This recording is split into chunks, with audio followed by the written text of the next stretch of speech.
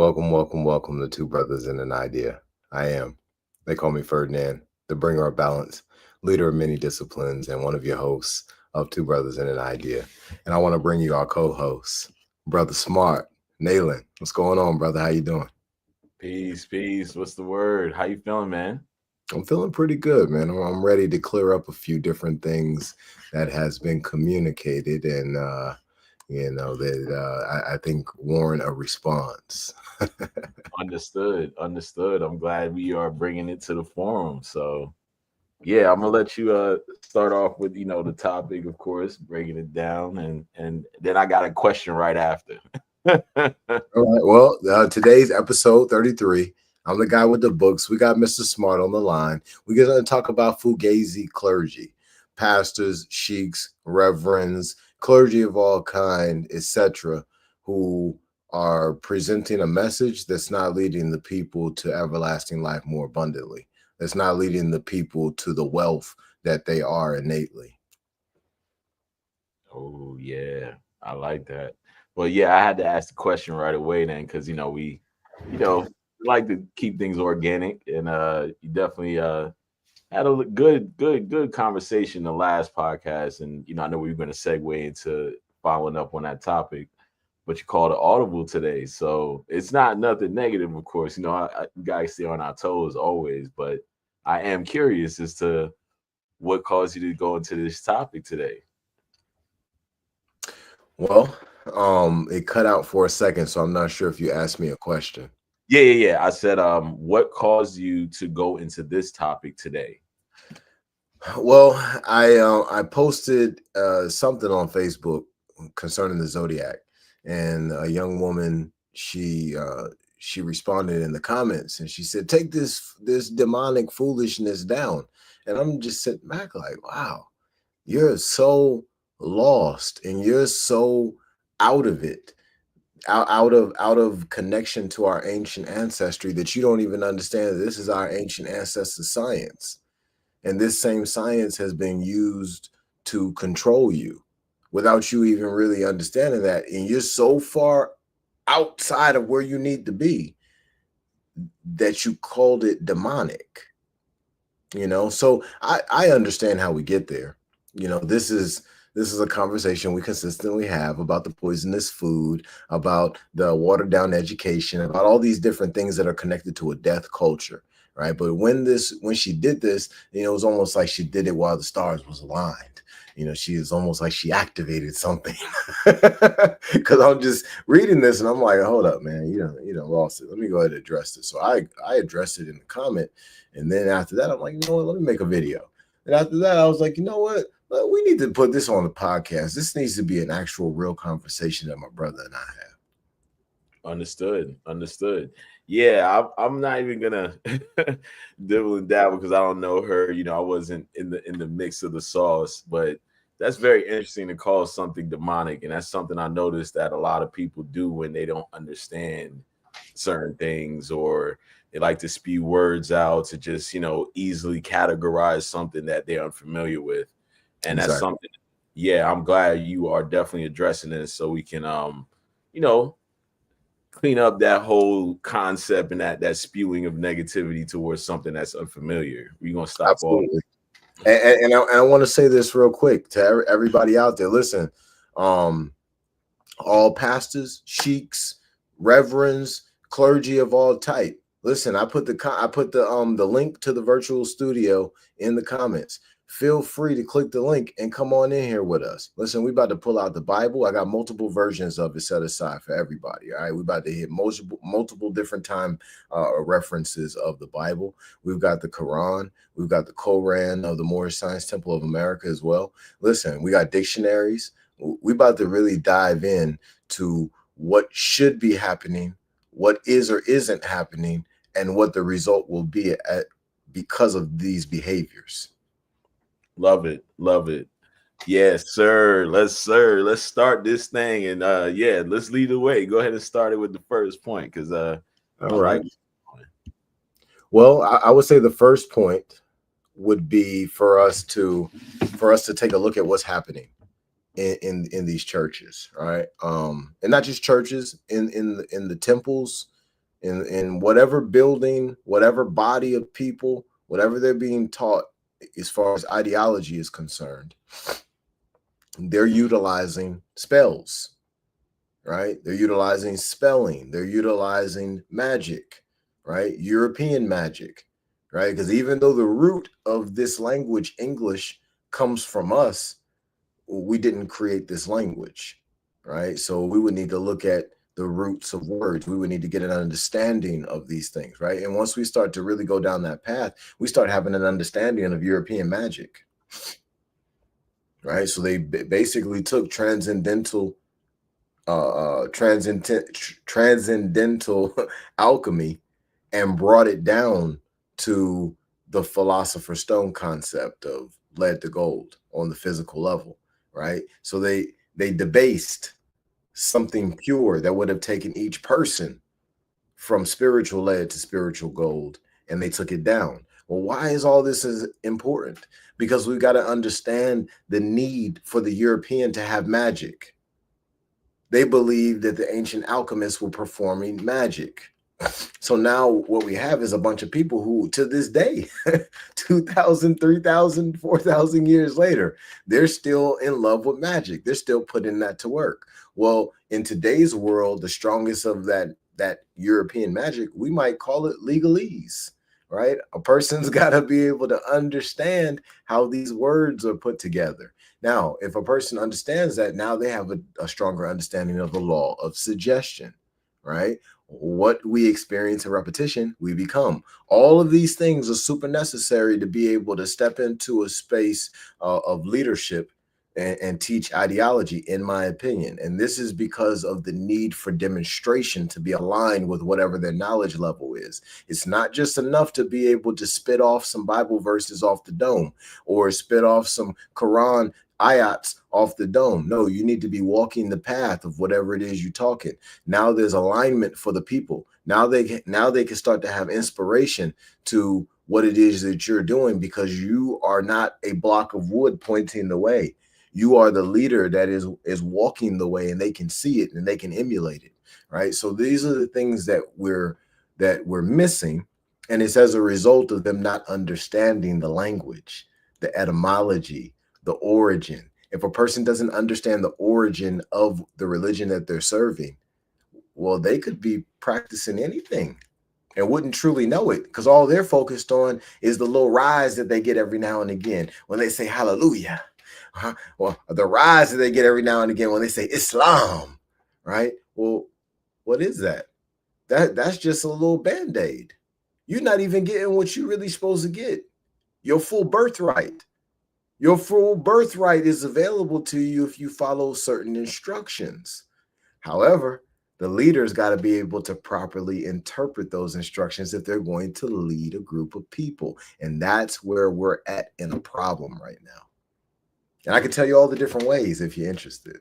Oh, I'm very interested, because you see it. You see, just to hit on little things, as we grow up in society and we see people that are trying to find church homes and, are able to, quote unquote, go to different churches and see the word from different things. It's like, what are you going for? When not saying that you shouldn't be able to do that or worship in different places, but to me, it's like having a rootedness in when you have faith, there's a rootedness somewhere, right? So yeah, I'm gonna let you flow with your point. Please break down those things, those examples, please, for the Sure. public. Take it in. Well, you got a lot of pastors out here, a lot of let's say when we talk about Christianity, pastors and reverends and ministers who are claiming that they have the Holy Ghost, right? Well, the Holy Ghost requires a couple of things.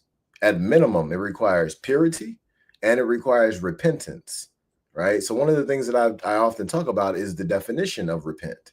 In the newer dictionaries, is going to be sorrowful, to be sad for what you've done, right? And you probably shouldn't do it again, right? This is repenting. But then if you go to the older dictionaries, the etymological dictionaries, it's going to tell you that repenting or repent is to be sorrowful, but also to turn from your ways, right? So if you turn it from your ways and you have been a false leader.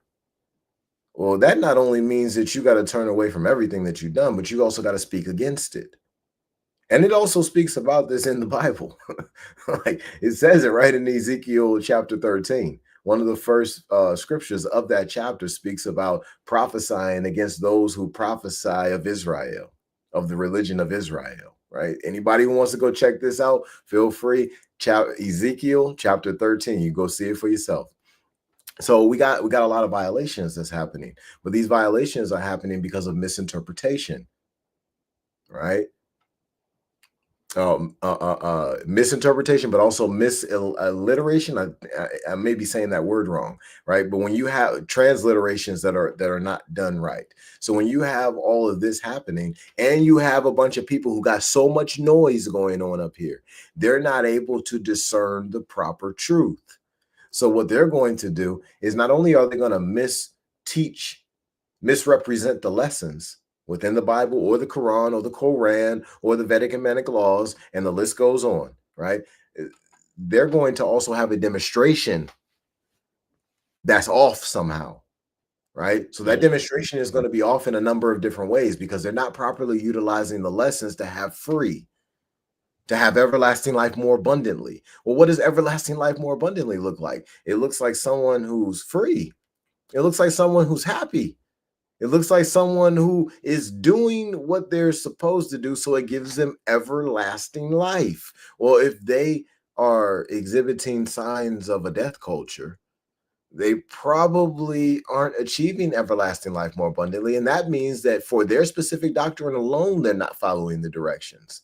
I'm not even saying they're not following Muhammad's directions or they're not following Buddha's directions. No, just for whoever it is, whatever religion that they're in, they're not following those directions. Well, that's the 6 keys of life.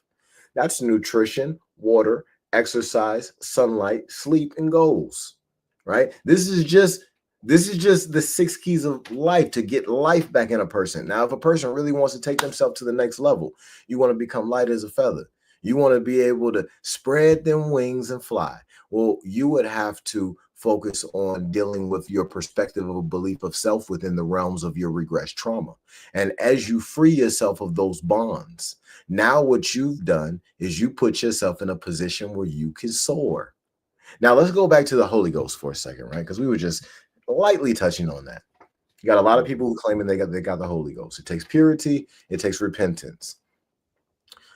But it also says in the Bible, in certain versions of it, that to get the Holy Ghost, you would need to let go of your burdens, right? So we're talking about spirituality here. What's the language of spirituality, Nalan? Not sure. I don't even want to guess wrong.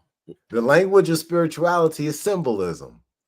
Ah, bang. So if a person's letting go of their burdens could be likened to symbols, right? Well, where are these symbols at? They're in the mind. If a person's going to have everlasting life more abundantly, they're going to be free here. So how do you become free? You have to ingest the truth in a pure vessel. 6 keys of life. Add that 7th one for purity. And in that space, now a person has the capability of the Holy Ghost. Their thoughts still need to be properly purified and going after things like love, compassion, authenticity, justice, truth, compassion, and whatever other ones I'm missing, maturity, accountability, humility, sacrifice, right? All of these different virtues, their mind would need to be focused on them while they're in a space of purity within those 6 keys of life, while they're dealing with their perspective of belief of self within regressed trauma. And this allows them to free themselves of those bonds that are going on inside. See, those bonds that are going on inside, it's when lies come in. Lies come in through this way, through this way, through this way, through this way, through the secretions of the skin, right? So this is how lies come in. This is how false information comes in. And once that happens and we accept it, it creates a prism type of effect, right? Well, it doesn't create a prison just yet. It's got to get some walls. It's got to get some strength. You got to keep exposing yourself to it. But the longer you expose yourself to it, eventually it creates a whole bunch of walls on all 4 sides that could be likened to a prism.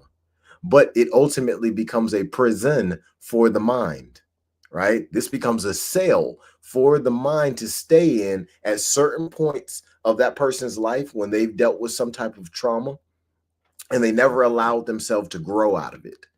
They never allow themselves to understand that they shouldn't be shaping their belief of self based upon what they dealt with during this trauma. So that holds them back. If a person's following the directions of the Bible, the Quran, the Holy Koran, the Vedic and Manic laws, the teachings of Buddha, and the list goes on, they free themselves of any of those bonds. And it's not necessarily that hard. Even though it's hard, it becomes easy for them because they're walking the path of purity effectively. Now, let's say that a person is doing all those things, and then they abstain from sex, let's say for 30 to 90 days, somewhere around that time. More than likely, this person is going to experience a Kundalini rise. I wanted to bring us back to the Holy Ghost for a reason. See, in all things, there's correspondence. All things are connected by cords. So different groups of people call different things different names. Now, this is what my interpretation is. That the Kundalini, which is that special serum within each of us, well, it rises through that vagus nerve or vagus vein all the way to the brain. Well, if it's not being utilized for other purposes. Well, anyway, I'm thinking that those two are one and the same. Well, that happens during the process of purity. Now, understand, let's go back to this Holy Ghost and how we achieve this. If we're letting go of burdens, that means we're letting go of symbols that have a stronghold on the mind. Listen, I'm going to say this again to everybody out there who's listening. I'm not even saying this for Nalan. This is for everybody else, right? The burdens are symbols that have a stronghold on the mind. All of them would have to be let go of. They have to free their bounds on the mind. Wouldn't matter which one that it is. Wouldn't matter if it was Pepsi, Coca-Cola, or if it was a crucifix, or if it was a sun and a moon, or if it was Tommy Hilfiger, or if it was chapstick. Don't make a difference. The mind has to be free to achieve this Holy Ghost that we're talking about. It says it right in the Bible. You got to free yourself of the burdens. Burdens are symbols. So this right here helps us to see, without using analytics or anything like that, that the vast majority of Christians alone, and I'm gonna get to those who practice Islam. The vast majority of Christians alone have never touched the Holy Ghost. They've never sniffed it. They don't even know what it feels like to have the Holy Ghost because of what it requires to achieve it. See, it requires you to let go of everything. See, Ferdinand's not just telling you what he read in the Bible. No, I'm telling you what I've walked my own path. I let go of music. I let go of entertainment. I let go of foods that was cooked at other places. And I let go of a lot of food that was cooked right here in my home. I let go of drinking things that it wasn't water. I let go of a lot of things simultaneously. I created an alignment. Well, that alignment led me directly to things that I had learned about in the Bible, but I had never properly practiced them. And I didn't realize what it would truly give me, even though I read about them. Well, in application, you get to see for yourself. Not only do you have this enlightening moment and you just explode with the awareness of knowledge, of whatever knowledge that you choose to have. Well, what is that? That's your father's many mansions, all the doors flying open, boop, all at the same time, right? Well, this happens along the path of purity. How often are you hearing this in your local church? Not too many. Let's keep it a buck. You know, there are certain things that are touched upon in these churches, but there are certain things that aren't touched upon. That concept is something I think they address, but they address it in the earlier phases of a person's life in the church. And what I mean by that is like the Sunday school kids, you know, the youth group. Yeah, be celibate, be pure, don't be doing this. But it's like you have the influences around them or that are constantly combating all this because of what they're surrounded by. Yes. But they don't address that. But to your point, which is, I'm glad you said that, because to your point, you don't see them talking about that when people are getting grown, right? Because it's almost like we kind of got to accept the fact maybe that people are grown and doing their thing. But it's like, no, if you're really trying to practice what your religion is and the teachings and everything that's supposed to be a mantra of your life, then you are definitely following that step and these steps all the way towards when you're getting older, because you're still walking in that faith path.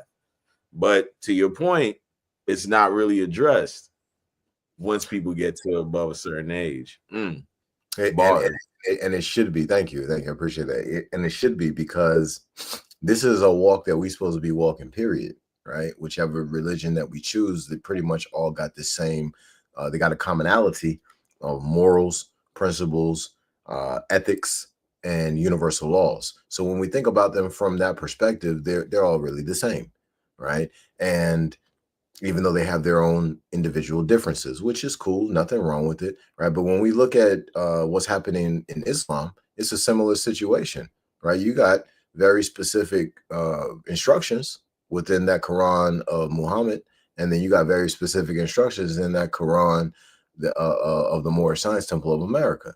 Well, each of them talk about purity. Each of them talk about the spiritual price for not developing purity. Right? You're not able to just memorize this thing and be able to spit it off in conversational currency. No, you're going to have to move in a space where this is application, right? We're supposed to be moving as the light to humanity, right? No matter what religion that we're walking in. And it's supposed to be such a bright light that they're not even, the people who are seeing the light, not even wondering what religion. They're just like, wow, that's a really cool light that I see right there. So it doesn't even matter to them what religion that you serve. All that matters to them is your example. This is why Jesus's aura is spoke about in certain circles, where a lot of people's aura maybe 8 to 15 feet out from their heartbeat. Well, for Jesus, they say his was like a 30-mile radius. That's the light. That's just the light that they can't see in the dark, but they could feel it. Man, for some of them who ain't got their eyes covered, they could see it, even if it's just a slither of it. His light was shining out 30 miles, according to what they say. Maybe they was 100 miles away and they was able to see this much. And they said, you know what? I want to come touch the hem of the garment, right? But they had never got the teachings before. They just wanted to come touch the hem of the garment. All right. This is what is supposed to be happening. I'm not just ranting for everyone out there who's listening. I want to be very, very clear. This is a full circle message that we're coming with today, right? We're going to be talking about biblical verses. We're going to be talking about holistic health. We're going to be talking about demonstration in the pulpit. We're going to be talking about spells and multiple different things that are happening within the church that don't make sense according to the law of non-compulsion. Listen, we're going to go deep on this situation so we can really get an understanding of what these Fughazi clergy are. We're not just calling them Fughazi because they're showing up with a Gucci belt on and everybody else in their church got on a Walmart belt. No, we're calling them Fughazi clergy because they're not living by the actual laws. They're not following the directions, and they're still choosing to go into these facilities and lead the people and siphon energy off the people that we call fiat currency. Yes. Real quick for everybody, make sure y'all are following, staying in tune. Go to the site, fhtii.com. Make sure you check out the podcast, other episodes. Follow my guy Ferdinand also on social media. Make sure you follow me on social media as well. This is your boy Nalan. I just got to follow suit, man. My boy is dropping bombs here. So everybody pay attention. For those that are not familiar, I know y'all hearing the word Fughazi. You're like, what is that? Fughazi means fake. I'm going to give you a little quick backstory on Fughazi. You probably heard the term up north.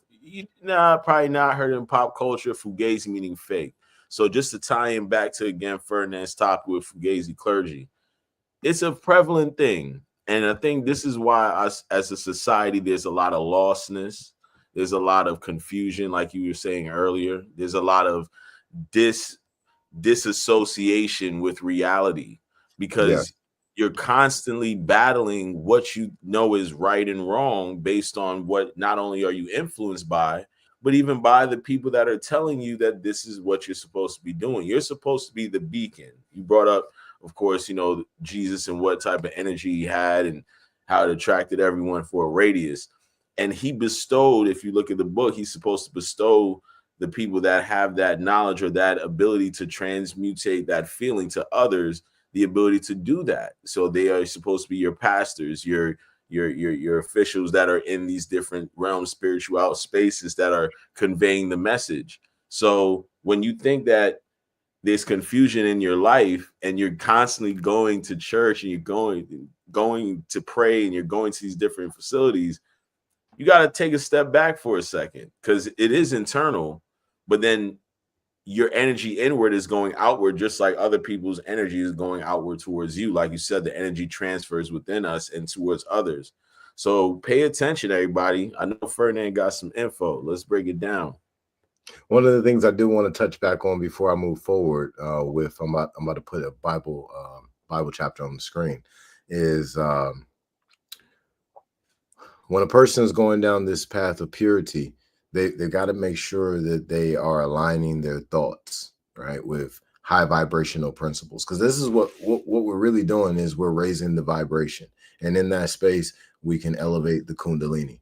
And this is a super important piece of walking that path of being able to go into one of these churches and speak.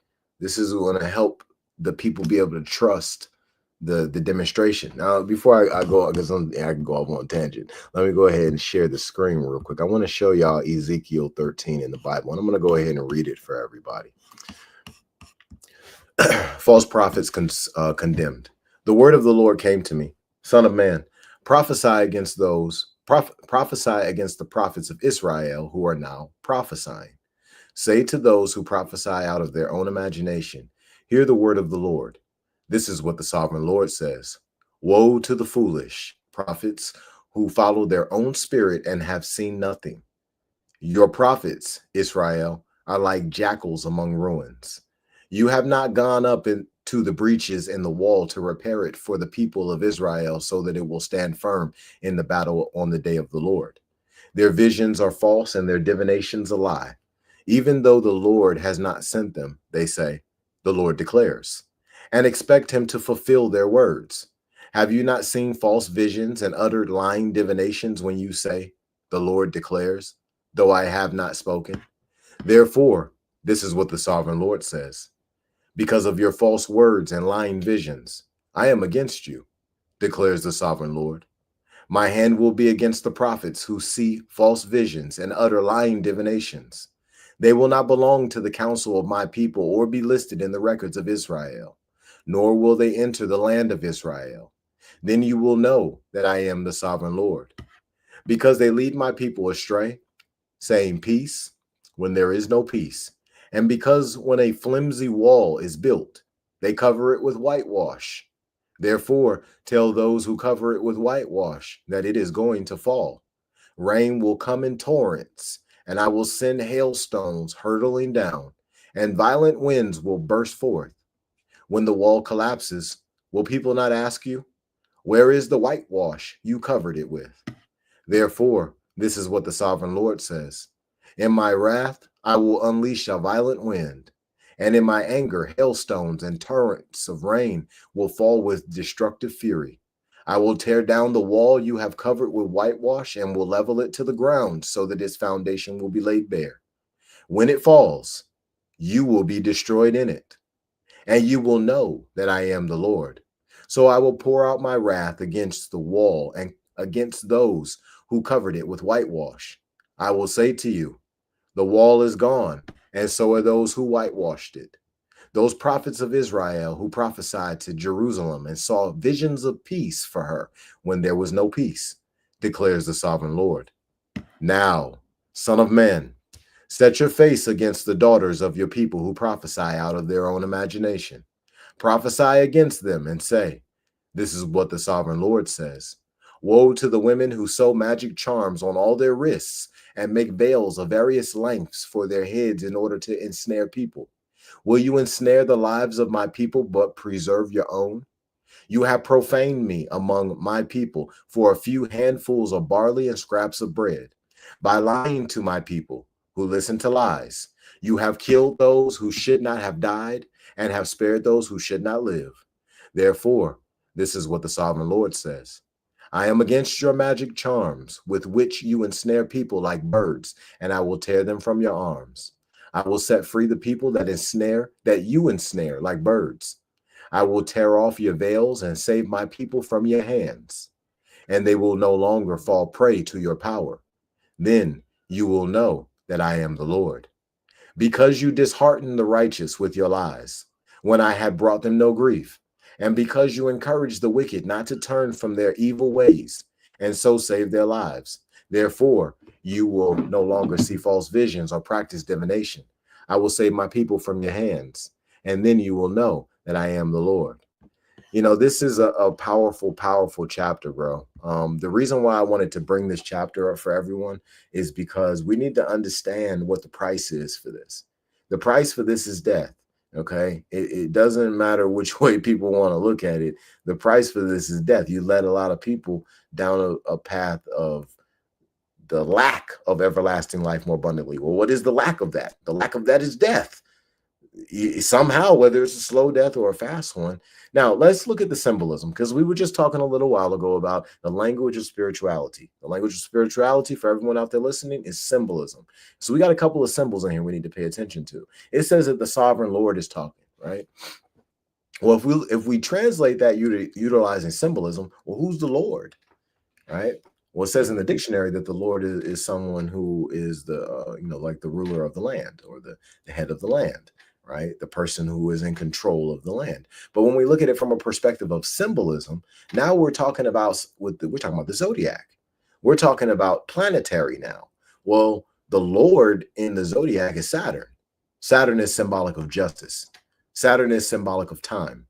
Saturn is symbolic of death, right? Now think about that. It says that the sovereign Lord is about to take out quite a few people who got some whitewash on the walls, and they're prophesying the religion of Israel. That's what this chapter says, that the sovereign Lord is going to take them out.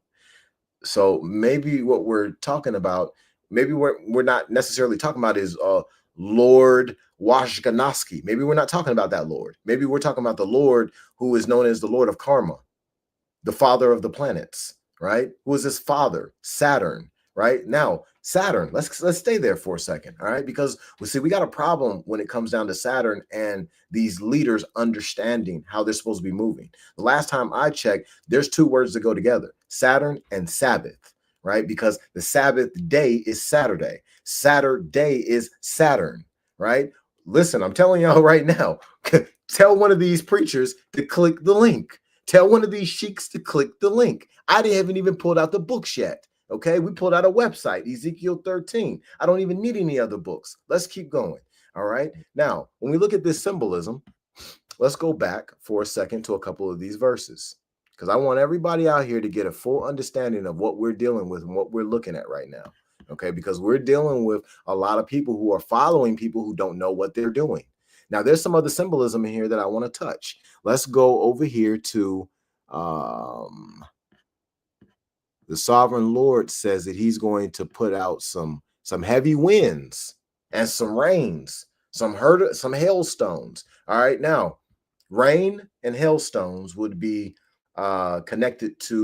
symbolically connected to water. So water is symbolic of emotions, inner self, right? Intuition, right? So we're about to have a whole bunch, or not but let's say that these individuals who didn't follow the law, they're about to have a whole bunch of an emotional storm. These emotions are going to hit them really hard. Well, what happens to a person who has emotions hit them really hard when they're 50, 60, 70 years old and their health's not good?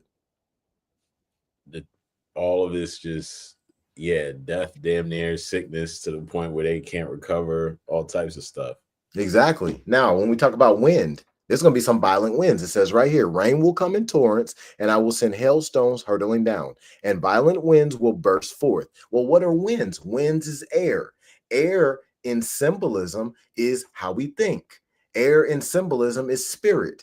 Air in symbolism is high level intellect, it's air waves, it's the ether, it's channeling, it's all of those things connected, it's telepathy, right? This is air. So when we talk about, it says right here, let's go back to it. And I will send hailstones hurtling forth, and violent winds will burst forth. Well, these violent winds, what is that? The violent winds that I could think of is called the truth. So if the truth is being revealed and you built the foundation on lies, oh man, you about to have a hard fall. Who knows how the people who you've been teaching are going to treat you after they find out that what they've been learning is lies, and they've been paying tithes, they've been giving offering, they've been making sure that they got some money for the building fund, they've been making sure that they show up on the extra days to cut the grass, or to to fold up something, or to clean the church, or to do whatever for the temple, right? Listen, y'all, we going in tonight, okay? We're going to really, really touch this, okay? Because people need to understand the proper interpretation of these religious doctrines is full. It needs to be full circle. If it's going to be full circle, then we've got to include nutrition. We've got to include socioeconomics. We've got to include politics. We've got to include academics. We've got to include spells. We've got to include etymology. We've got to include all the pieces to make a full circle, to get a full understanding of what's going on. And one of the biggest pieces of that pie is symbolism. I agree. And, you know, that's something that is, when you break down symbolism and the power of it and the understanding of it, this is also why they use the text and the verbiage to, you know, be something that they can translate to the masses or to people that are followers. And then they will say, all right, this is what that means, you know? So to everyone tuning in, we're not trying to quote unquote discredit what anybody is saying, but we're just saying, pay attention. Look at everything. Look at what my brother is not discrediting anybody, but Ferdinand is. Okay, keep going, my brother. Hey, hey, at the end of the day, bro, it says right here. Let me read it for everybody. The word of the Lord came to me, son of man, prophesy against the prophets of Israel who are now prophesying. This is the very first verse.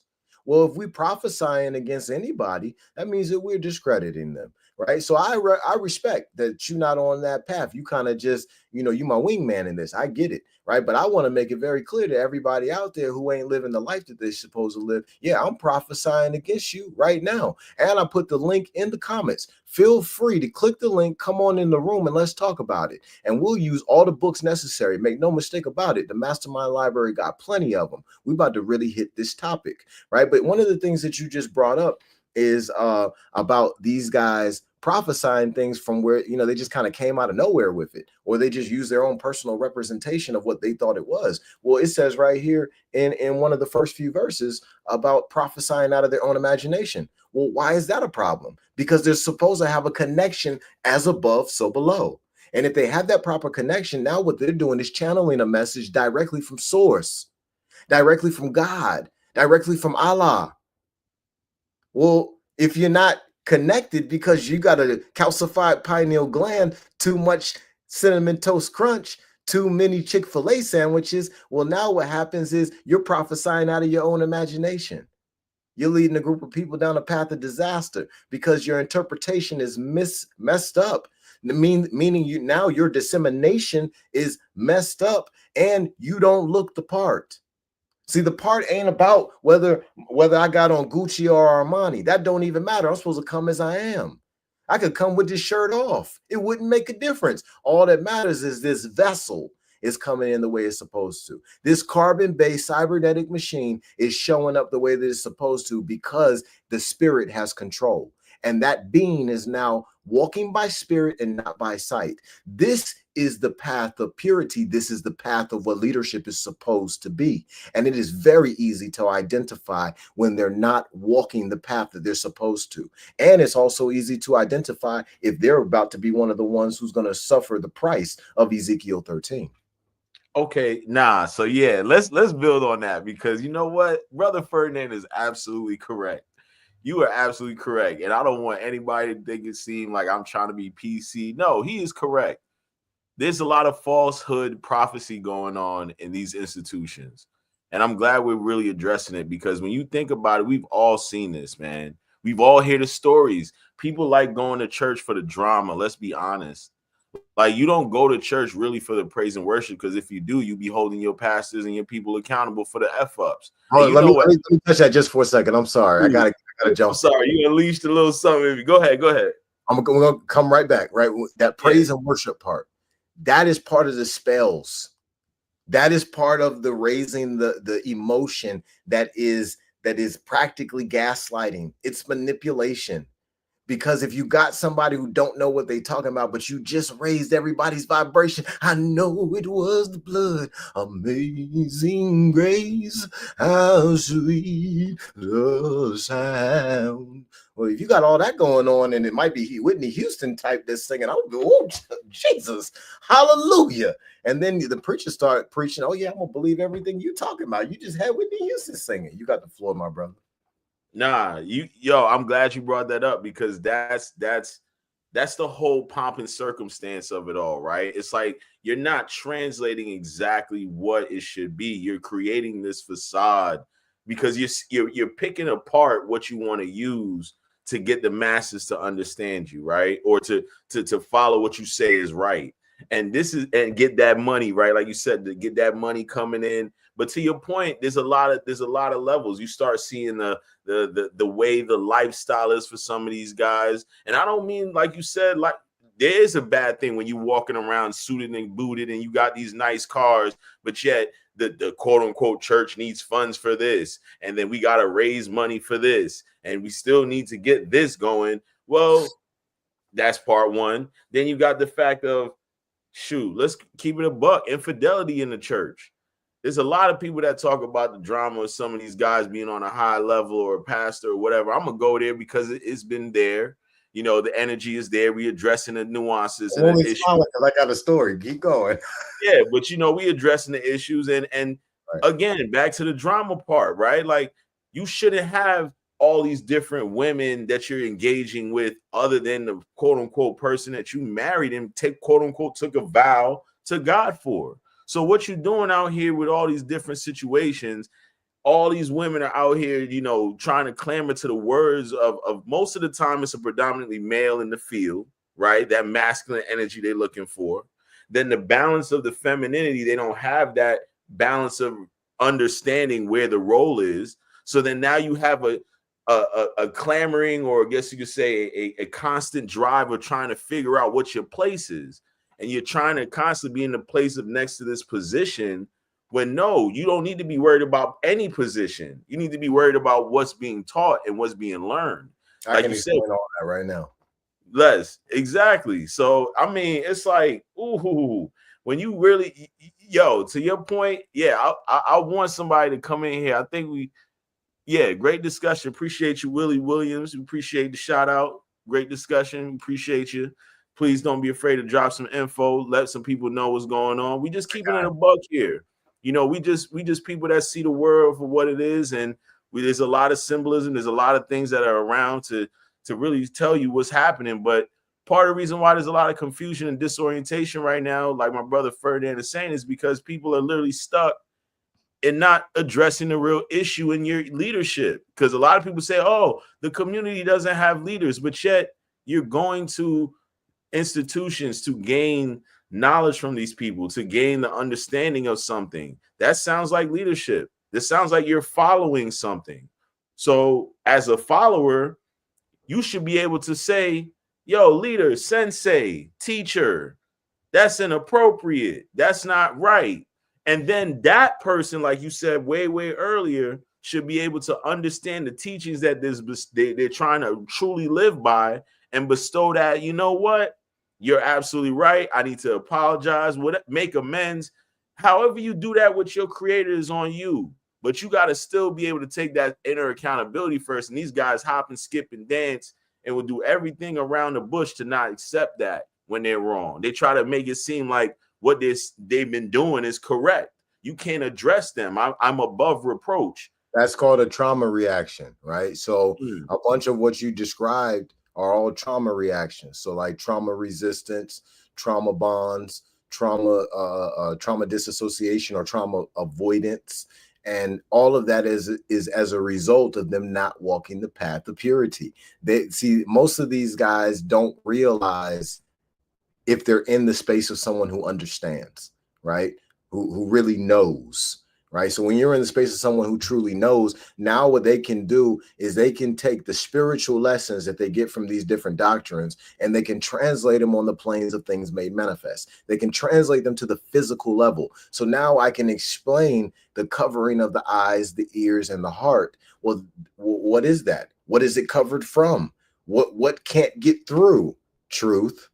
So if the truth is not able to get through to the pastor because of whatever the reason, that something's going on with that pastor internally, or whoever the leader is. It doesn't even have to be a pastor. It could be a sheik, could be any druid, a number of others, any clergy out there. I'm speaking to all of y'all, every single one of y'all. I'm speaking to all of y'all globally, right? Some of y'all are living the life that you're supposed to live, but y'all are like 2% of all clergy. The vast majority of y'all got hoes. A bunch of y'all eating Chick-fil-A on a regular basis. A bunch of y'all, some of y'all are sniffing coke.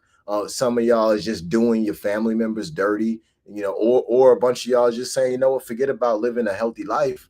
I'm just going to live however I want to live, and I'm gonna show up and I'm gonna give my measure. Facts. And I'm gonna give you a perfect example of what you're seeing right now. And people don't want to talk about it as much because we don't control the narrative of information. Let's address it. The Catholic Church, all these priests having these type of quote unquote dynamics, relationships with these altar boys, and we wondering why the fabric of all these politicians that are quote unquote Catholic, or these people that are making connections with that Catholic Church and whatnot, is so all off. They all part of this. Like, y'all know what's going on. Y'all part of the system of what's going on, but you're part of the cover up.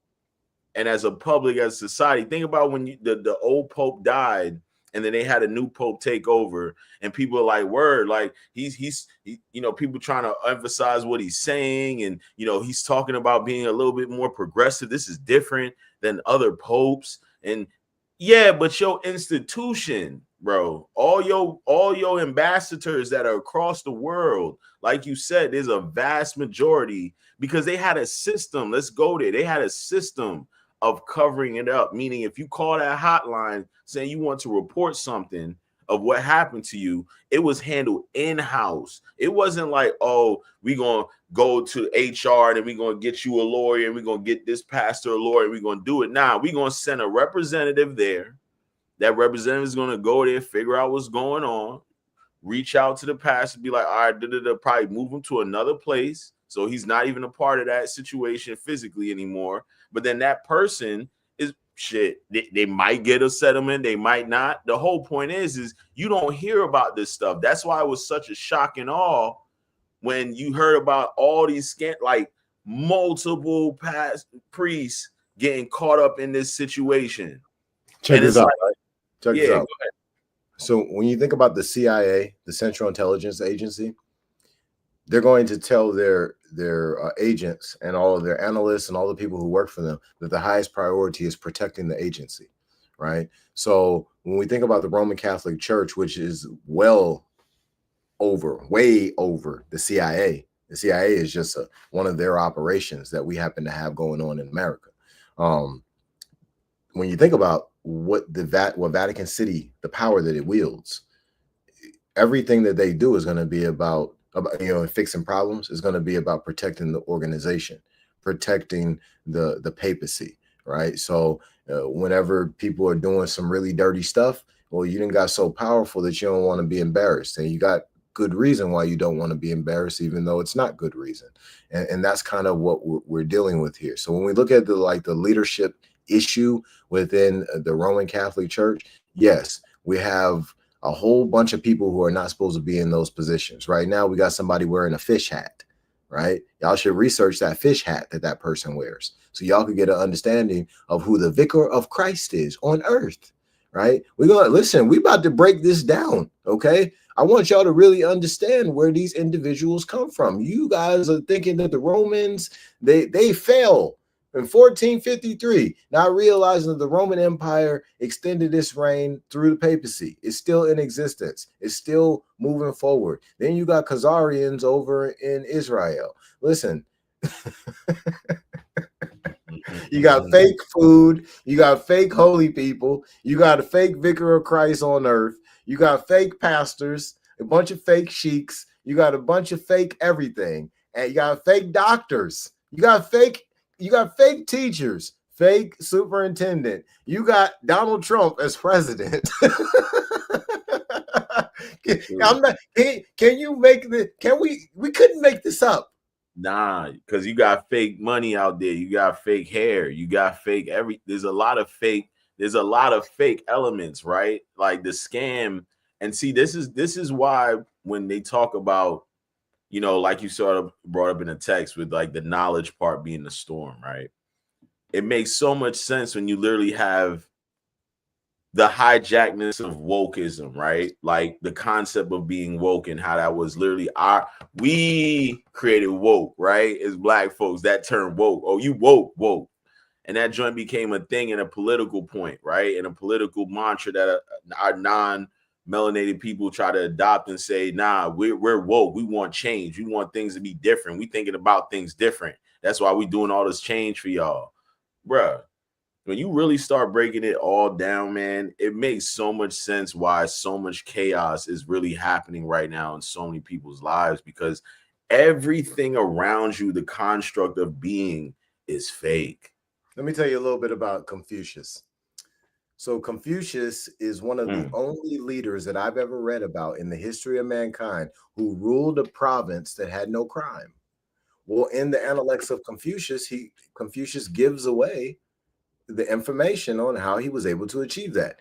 He says that he raised up the good, and I forgot how he handled the people who did bad or whatever, right? But as a result of raising up the good, what we saw was a bunch of people who wanted to be good, who wanted to do what they were supposed to do, who wanted to live by the laws, principles, morals, and ethics of that group of people. Well, we see the exact opposite right here in America. The news is blood and guts. That's what leads. And then if you get something good, it's usually in the last 3-4 minutes of the news, right? But the bulk of the news is about people getting kidnapped, people getting killed, terrorists, schools getting shot up, all this different types of. This is the news, right? Well, a lot of the preachers, their message is very similar, right? It's about the fear. Right? They're pushing fear, guilt, and doubt, disbelief. And it's keeping a group of people in a position where they're not able to grow into who they are.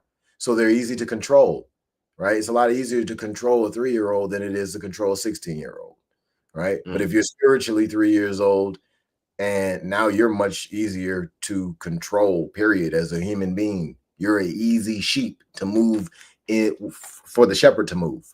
Right. Well, they're keeping as many people like that as they can. Now let's go back for a second, because I don't want anybody to think I'm going off on no tangents. I want y'all to really realize where I'm going here. With this happening the way I just explained, who is supposed to be the people that help lead the people out of this? The messengers of God. Who are those? Sheiks, temple leaders, pastors, reverends, archbishops. They're the ones that's supposed to lead the people through their demonstration to everlasting life more abundantly. Now, make no mistake about it, they're not able to just put them on their back and now we're going to everlasting life more abundantly. No, each person got to do the job themselves. But if they see someone doing it, now that changes everything. See, one of the things that I was talking to everybody about is laws, principles, morals, and ethics. So listen, we're going to go into those. We got the law of suggestion. What you experience in repetition, you become. Well, if a leader understands this law, now you understand how your demonstration needs to be in front of the people, because it's going to be in repetition. Now, we also have the law of non-compulsion, right? So that means that we're not really telling people, hey, you got to do this, you got to do that. No, what I'm doing is I'm doing it.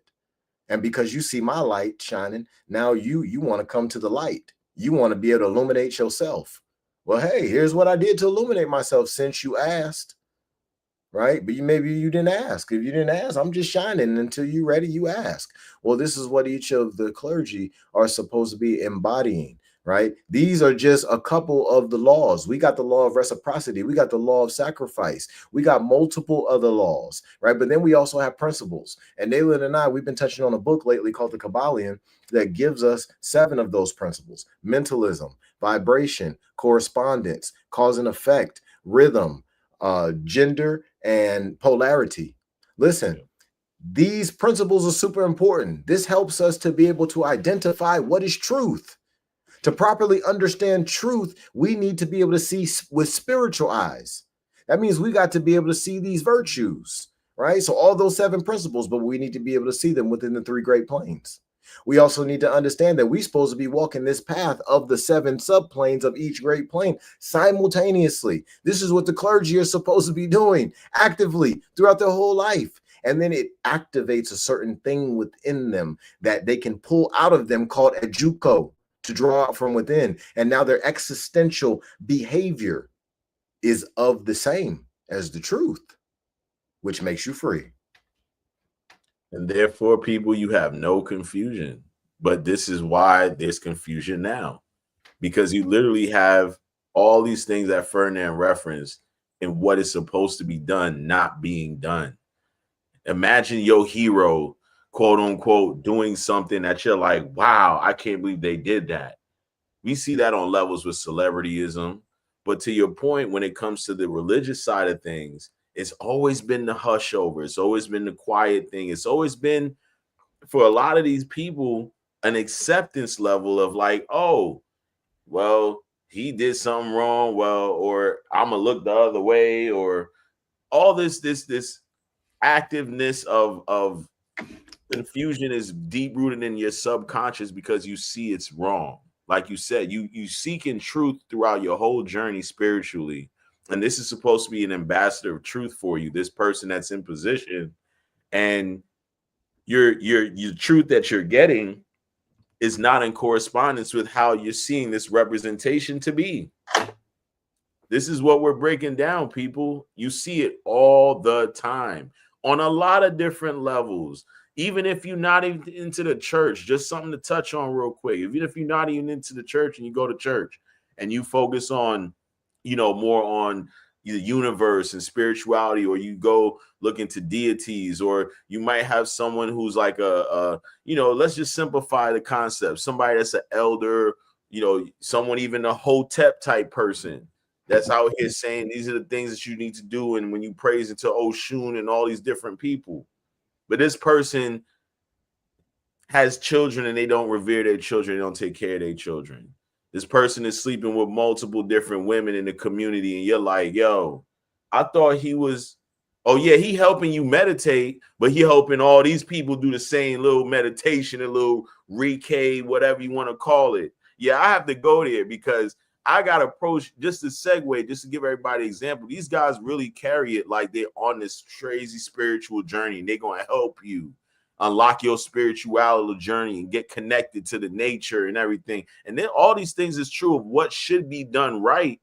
But part of why you ladies are saying, wow, this is weird, or it's something kind of off, or I notice I'm trying to meditate. You're doing all these things that you're doing, and you have no balance. There's no achievement level being reached. Sometimes you got to look at your teacher, that person that's supposed to be showing you what's right, and be like, hold on. That's why you get to know the pastor's family, right? That's why you know there's a first lady. That's why you know the presence of this person's family is exuding into the community that they're around. So it's not a shadiness to that leader of what type of relationship dynamic they have.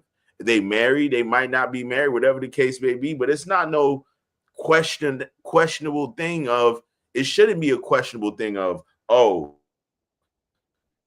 the pastor got a wife here, that's the first lady of the church, but they sleeping there. Like, nah, you're not even honoring the person that you're supposed to be with. I'm just giving this example because I know you're breaking down some bullet points and breaking down the translation of it in the text, which is important. But I think part of the reason why you said what you said of a lot of people having this control and this control based on falsality, right? of that false doctrination of what they should be teaching is because people are not really seeking the truth to truly understand based on the 7 principles you mentioned. You know what I mean? Like when you start really understanding these principles, bro, like you start paying attention and you start questioning and you start seeking truth and you start realizing, yo, this control mechanism, like you said one was something that they present was a repetition. The law of suggestion. Law of suggestion, excuse me. Thank you. Law of suggestion, which for that is a form, can translate to people repeating stuff. Think about why that pastor is saying the same quote or that same key word, or like you said, touch on that same subject of fear and what's gonna happen, and you ain't living right if you're not doing this. This is what it is, as opposed to sharing the graciousness, the goodness of what it is. Like, not saying that there's no good and it's only bad, but y'all focus on the bad so much and the key points so much negatively because that's what people want to go for, right? I go to church, I praise, I feel good when I leave. I go back into the same situation that I've been in literally a month ago. Your lifestyle is the same way. Thank you. And you're not even like, oh, it's not even awakening because you're like, this is the passivism that's presented. Think about man. Oh, man, you going in. I don't want it to detract. I mean, I'm going to let you rock. I'm going to let you rock. One of the ways that anybody out there who wants to identify a pastor or a reverend, a minister, who don't know what they're talking about, ask them what the origin of Christianity is. If they can't tell you anything, if they don't even know what the Council of Nicaea is, if they can't tell you nothing about Josephus, if they can't tell you anything about the Romans or the Roman Catholic Church, that's a person you shouldn't be listening to. Okay, I want to be very clear about that to everyone out there. Anyone who's teaching a religion should know the origin of that religion. And they don't got to know every single fine detail, but they should know the basic story, right? And with Christianity, yes, the knowledge comes from our people, but we're not the ones who published the Bible. We're not the ones who put out a religion called Christianity. This is Europeans who stole our material and put the information out for us and then changed it over and over and over and over and over and over and over again so that there would be a problem with that ain't me. Yeah, that's me. Let me figure out what this is and I'll be right back. Facts, no doubt. For everybody tuning in, man, pay attention, yo. Like, we trying to just drop some knowledge on y'all. Ferdinand is about to take care of that. But look, this is what we on. Like, there's fakeness around. There's a lot of yeah, my man. I was filling in the gap for a little bit, but yeah, back to my man. Take over. All right. So the origins matter, right? Because we need to understand who we are. See, this is a big piece of it. We got to know thyself. This is so important. If a person is going to be a clergy in any religion, we're talking about the representation of ideology to a group of people. That is going to hit the core of their being, right? This is going to help them to shape their principles, morals, ethics, and their laws that they follow, to give themselves salvation, to give themselves the ability to rise in their vibration to achieve greater things. That person who teaches that needs to know the origin. They need to understand the actual truth behind whatever it is that they are teaching to the people so they can know if they're in line with source, or they're in line with God, they're in line with Allah, they're in line with whatever they call God, right? So this is an important piece. Make sure your pastors understand the origin of the religion. Make sure that they understand the way that the people in the Bible, if they're a pastor or a reverend or a minister, make sure they understand how people told time during those days. See, if that person doesn't understand how they told time during those days, they're going to have a hard time understanding the references in the Bible. See, there's a bunch of references in the Bible that are directly aligned with the zodiac. Some of them go as far to say the sun and the moon and the stars, right? Well, there's other symbolism in this book that it's not so easy to see. You would have to understand things like the messenger. You'd have to understand things like expansion. You'd have to understand things like justice, understand things like karma, father of planets. You have to understand things like ego on the spiritual level, understand things like intuition on the spiritual level, right? So when we have this understanding, now we can properly interpret. But what we see is many of these leaders who are not able to do this, right? And I want to be very, very clear again and again tonight. I'm hammering this home. Make sure your pastors know the origin of the religion that they are teaching you, or don't even go to that church. Now, it's not about don't put the dollar in the offering or your tenth in the tithe. No, don't even go at all, because if you allow poison to go in here and you allow it to set in, especially if it's in repetition, that the law of suggestion will give you exactly what it is that you have decided to allow in repetition.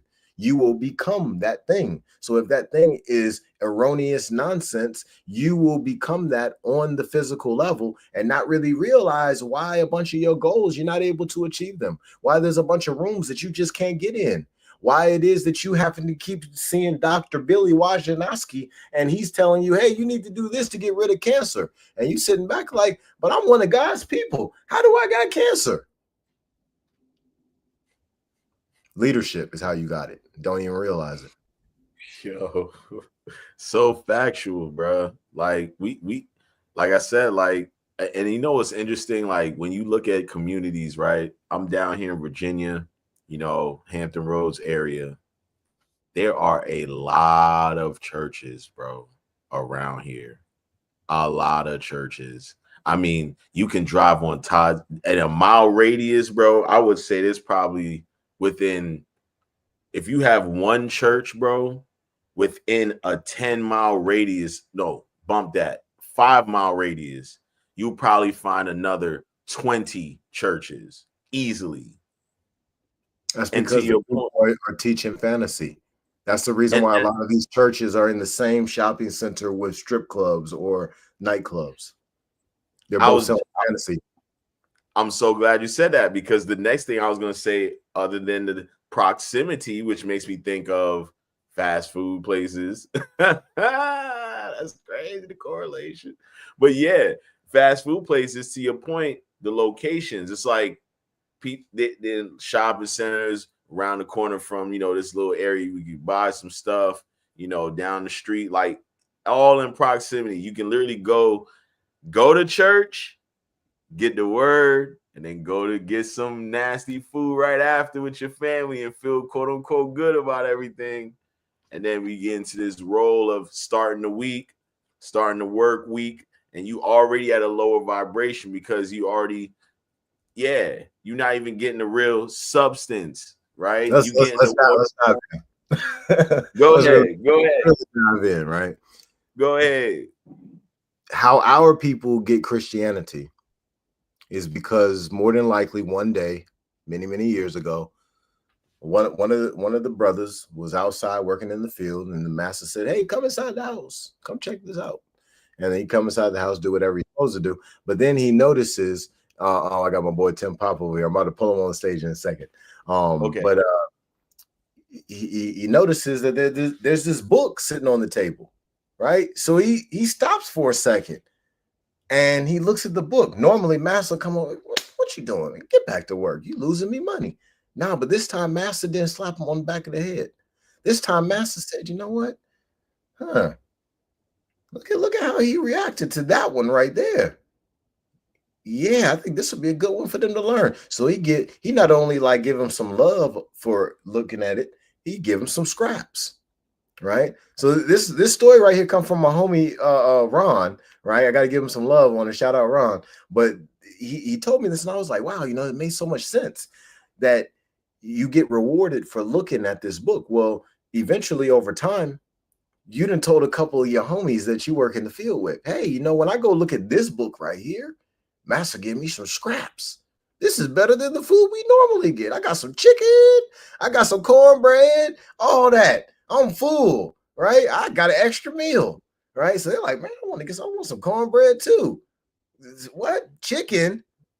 Yeah, I want some of that. So what do? You go and look at the book too. But eventually, because you bring in so many to look at the book, master say, hey, you know what? How about I teach you how to read this one? All these other ones over here on the shelf, you better not never touch them. I'll cut your hand off. I'll cut your tongue out. You touch one of these other ones. But this one right here, I'll teach you how to read it. I want you to read very specific verses out of this one right here. Right? So eventually what happens is now we've got one of the brothers to preach to everybody on Sundays. Well, why? Because on Sundays when everybody's together getting the message, well, when the brothers start singing, when they start clapping,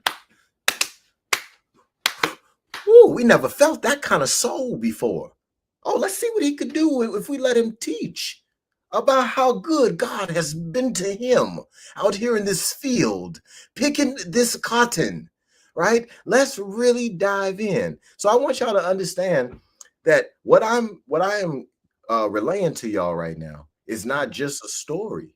I'm trying to show you how something has been re-perpetualized over and over and over and over again, and now we're looking at the same thing because they still getting scraps from the massa. 501c3, they still getting raised up by the people who are in control of the land. Well, why? Yeah. Because this leads you down a path of disaster. That's why. It leads you right into the funneling system of staying exactly where you are. It leads you right into the mindset of not going past what you see on a daily basis, because the uncomfortability of change consumes you, because the truth starts with going into your system and you realize a lot of things that I was taught is incorrect, or a lot of things that I'm seeing is not right. And so you make people afraid, the boogeyman, change, so much to the point where, again, like you said, all these different places are here. All these different temples, all these different churches are here. But yet coexisting is an issue for a lot of people. People are angry. People are just going around, what they call it, crashing out now. That's the new norm. We want you to crash out so much that all the things that you're doing that you think are quote unquote helping you get away from crashing out is literally keeping you in the perpetual cycle of crashing out. You think it's just your vices. You think it's just your alcohol. You think it's just the things that you're smoking. No. Just like when you're consuming television and you're listening to music, and the young lady that's listening to the ratchet lyrics now is bumping them ratchet lyrics in the car at the light, and then her next vision when she go to work, she has an attitude, or her vibration is really on some rah-rah. Part of that is exactly why they want you going to these type of institutions, to get the word. And then the word is telling you to adopt this lifestyle that is contradictory to what you're doing right now. The lifestyle that you're really supposed to have, you're not even trying to go pursue it. Remember, you just say, go ahead. I'm sorry. So one of the things that I want to bring us back full circle to is why this conversation even happened in the first place. We had the female who says, "Hey, this is witchcraft. This is demonic," and clearly she was taught that, right? Well, when we go back to witchcraft and let's say demonology, well, we know that demonology was written by King James. Same one who gives most people their Bibles, the same Bible that we just read from, Ezekiel 13. Okay, now also there's a lot of other things that not only could be considered witchcraft, but are actually witchcraft. I'll give you an example. Excommunication. Well, when that happens, the College of Cardinals, they surround the Pope in a circle, and I forget how many of them that's in the circle. Let's say it's 11 or 23. And they throw a candle on the ground. All of them throw their candle on the ground, and then the Pope does too. And this is part of this ceremony for excommunication. I would liken this to witchcraft. Now let's talk about vampire witchcraft, where on the first Sunday for most churches, they drink somebody's blood and they eat their skin. Well, this is witchcraft. We ain't supposed to be eating nobody. We ain't supposed to be eating nobody, period. Not even Jesus, right? So there's a lot of things that's going on in these institutions that really don't make sense. But then it kind of goes back to idolatry. So I'm glad we're really going in the circle right now. I want to be very clear with all of y'all about idolatry and what the price is for that. The price for idolatry is death. And this is in multiple different religious doctrines that the price for it is death. This is part of the reason why with Islam, Allah doesn't have an image. If you want to see Allah, all you got to do is go look in the mirror in the bathroom, or you can just go stand outside. You can look around. You'll see Allah everywhere, right? Well, in Christianity, unfortunately, the people have been tricked to worship on a non-Sabbath day, because Sunday is the day of the sun. Saturday is the Sabbath day. But the Christians have been tricked into moving in complete witchcraft and thinking that everything that's not what they do isn't, right? Because what the religion of Christianity has really become, unfortunately, because of the misinterpretations and the improper dissemination, has been a monotheistic, fear paralyzing ideology on a group of people. Well, why would you do it on this group of people, the heaviest? Why would Christianity be so strong here? Because this is the strongest group of spiritual people. And if you keep them out of control here, well, they're still going to want to worship. They're still going to want to believe in something. They're still going to want to believe that something's giving them power. Well, if you can control that for them by giving them an image that looks like Cesare Borgia, then you're gonna have a bunch of problems, because they're worshiping a religion that's a collection of religions like Mithraism and Islam and so many others. Obviously, Judaism and so much others are within the teachings that these pastors are given, and they don't truly understand the teachings. They don't understand how to properly separate them and how to bring them all together in correspondence to have understanding. See, when these preachers are operating, they need to be moving in the 7 principles that we've talked about. See, that right there would give them the demonstration of truth: mentalism, correspondence, vibration, polarity, cause and effect, rhythm, and gender. I agree. Man, I love this conversation, man, because it's just naturally just people pay attention, man. We are thinkers. We are people that have been living a life to not just quote unquote follow, but to understand. But part of that understanding is going to be you shedding what you think you know is correct. What's up, Tim? And this is why we have this type of conversation. Yes, let's bring brother Tim in. How are you? Nice to meet you finally. Man, good to meet you too, brother. Man, I'll tell you, you're hitting on so many good points, and it's right along the lines with so many things that we've talked about in the past. Ferdinand, speaking directly, we've covered a lot of this, and some of it we've covered it from the outskirts, where it's more of the outside influences of the things that we know and that we felt, where you're like digging into the roots of it at this point. Yes, and I really appreciate that. I really appreciate that, getting into the roots of it. And I know that so I say my tribe, Germanic Lutherans, Germanic people came here, just as they came here, they immigrated, and they wanted to escape the bullshit that was happening in Germany. That's the primary people. And then there's, of course, the Swedes, the Vikings. I mean, we're talking about a couple of completely different groups. We came in here for different reasons, but when we came here, we brought what we had was the religion of the time, which existed, and it's when I was raised in it. I was raised in it in a righteous time, and when I say that, what I'm saying is, which was this? We're talking about Lutheranism. Okay. And specifically, we're talking about Missouri Synod. We got that synod of Lutheranism is kind of more traditional, and then there's newer forms of it branches out. And that's the thing about religion; it branches out, it reforms itself. They bring in their own ideas and ideals, and they put them in there. Either they're righteous or they're not, And I'm not saying who's righteous and who's not, but I can say that there are people that are in it for non-righteous reasons. People that I experienced directly in the Missouri Synod Lutheran Church. I experienced people that were not righteous about what they were there for. They were there for some kind of a public gain, or they thought that there would be some social gain that they would get out of it. And all those are non-righteous reasons to be part of any organization.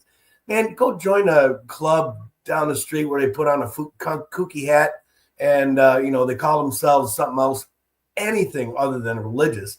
Because if that's what you want, then that's the place to go for it. If you're going into a place of worship, it should be for righteous reasons. And so many people from so many different modes of thought and modes of belief systems come to it as a righteous person. And I don't mean righteous to say religious. I say righteous to say, where the things that make sense to follow, do not kill, to respect your fellow man, to respect your neighbor, to carry out the roles and respect your parents, respect your wife. There's a lot of love and respect that comes into that. And those are the things that they should all be grasping onto. Those are the things that are righteous principles. It has nothing to do with, don't believe in this because that's wrong, because it's demonistic. It's like, you don't know the first thing about that religion. So how are you in there claiming that they're wrong when you don't even know the first thing about it? And that's why I loaded onto this. I saw that you were on. I was like, oh man, and I saw you were talking about the thing today, and I don't know if you saw, I commented on your post. I'll check it out. You went live, but anyway, it's just the whole point of it is, man, I'm not going to judge your religion, your faith, because that's faith-based stuff. And, because there's no proof against it, I'm going to go with what I was raised with. That is a triune God. It's the Father, Son, and the Holy Spirit. But if you believe in, let's even say, no, I served in the Army. I also, one of my extracurricular activities was to serve as an assistant at the church. But you couldn't be an assistant at the church unless you understood what it was that you were representing. And it was not strictly a Christian, religious-based thing that I came in and served. I didn't just go and help when it was Lutherans. And, there's enough things about, if you want to talk about differences, if you want to complain about differences, there's enough differences with Catholicism that makes me say, well, you shouldn't follow Catholicism. But I don't say that. The reason I don't say that is because I respect the faiths of people. And right. that includes everybody, that includes, and I didn't know about Moors, but if I knew what a Moor was.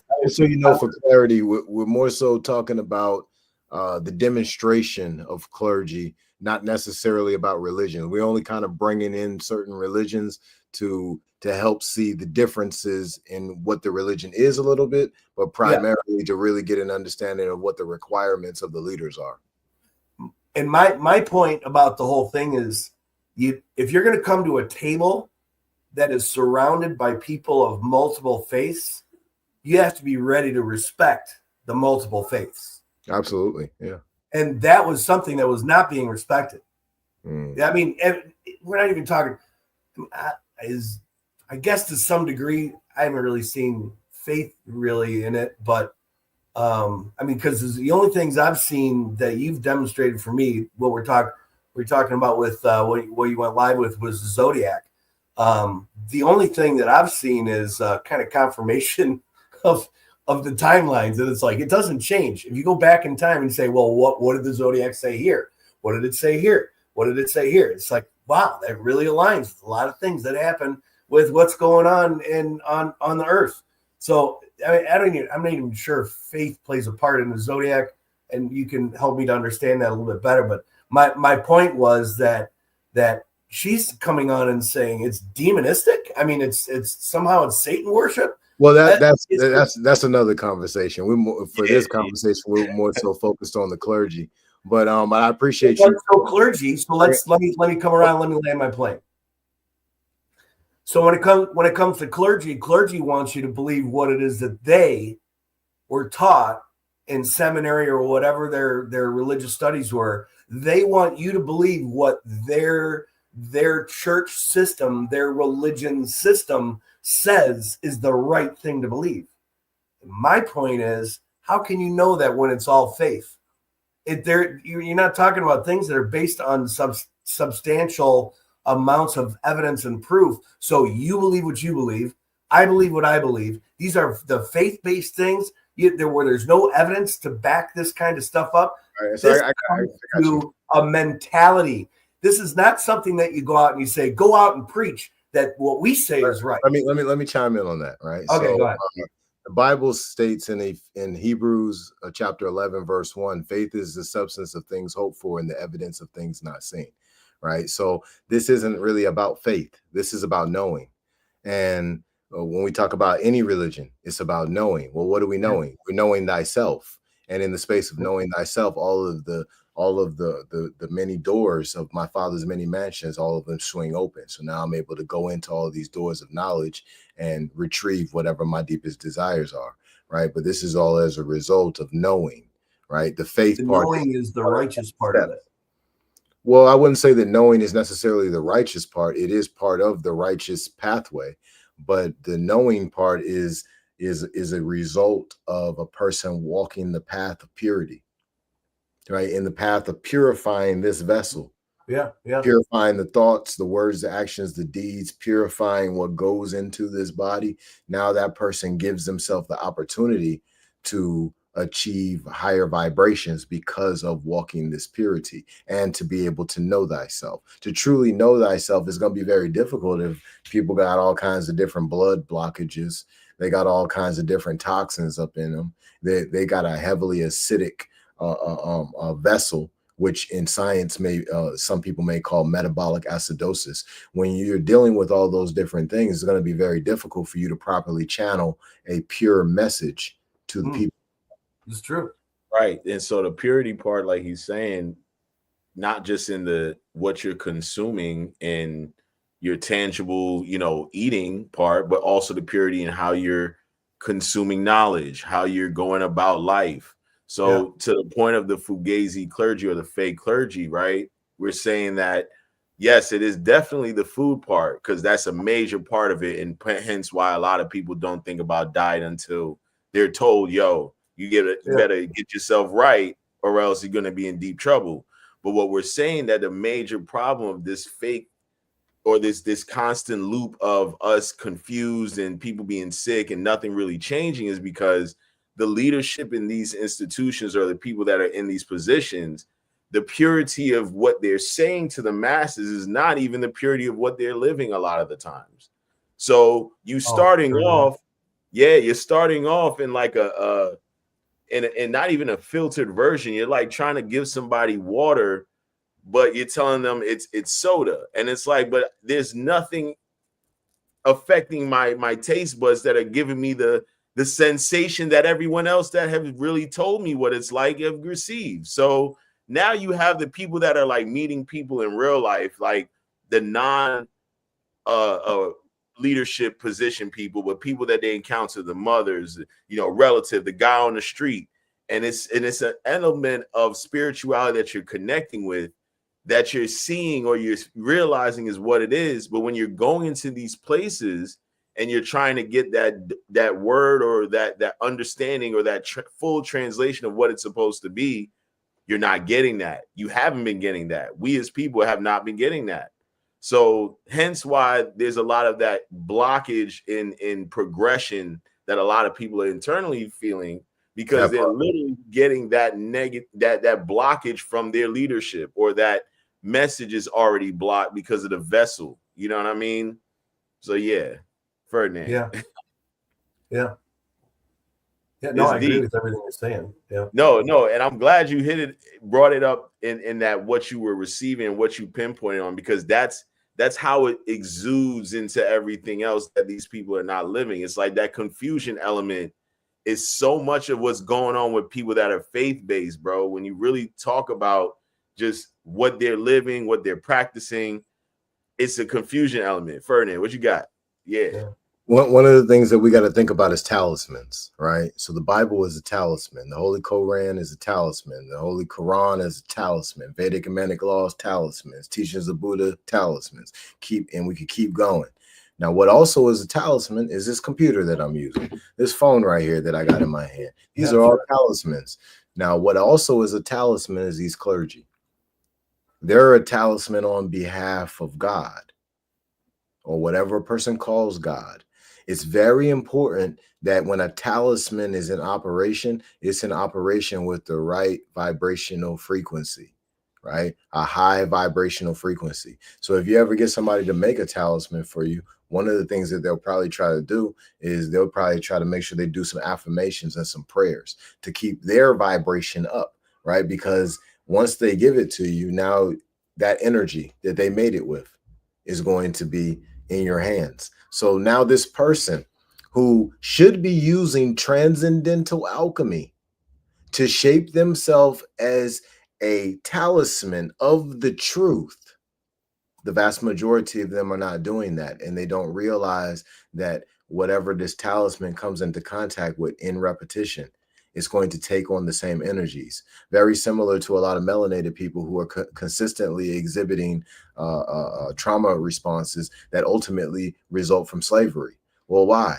Because their great grandmama, then their great grandmama or grandpapa, or then their great grandmama or grandpapa, then their grandpapa or grandmama, then their mama or their daddy exhibited some behavior that stemmed all the way back from that. Right. And it is because of how a talisman works.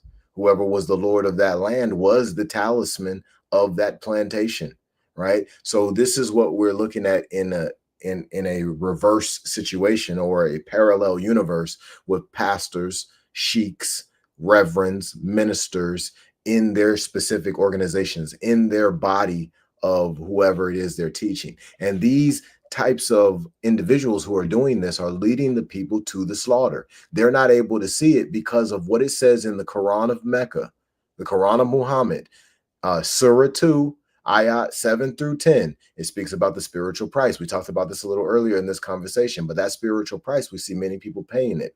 And we can easily see them paying it when we try to speak the truth to them, and they have trauma avoidance, they have trauma resistance, they have trauma bonds after they've walked away and they couldn't listen, or they had to get some clothes out of the dryer. So for whatever reason, they needed to get off the call to get the clothes out the dryer, right? It was that important, more important than whatever you was talking about. They had to answer a text message that they could have answered some other time. I got to answer this text message right now. I can't do it while I'm talking. I can't use my thumbs while I'm talking, right? These are individuals who are paying a spiritual price, and they don't even realize it because they're living wicked. Living wicked is not necessarily just about whether you kill, steal, or destroy. It's about if you kill, steal, or destroy this.